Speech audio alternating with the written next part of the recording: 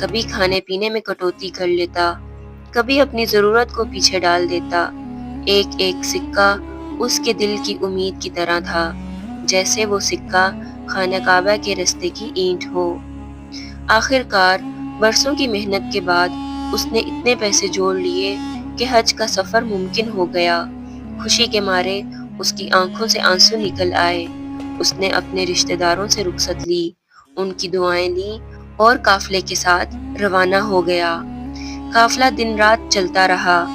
ایک دن وہ ایک گھنے جنگل سے گزر رہے تھے۔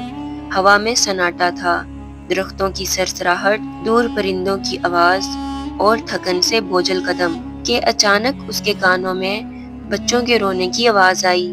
وہ چونک گیا۔ آواز اتنی کڑوی اور دکھی تھی کہ اس کا دل ہل گیا۔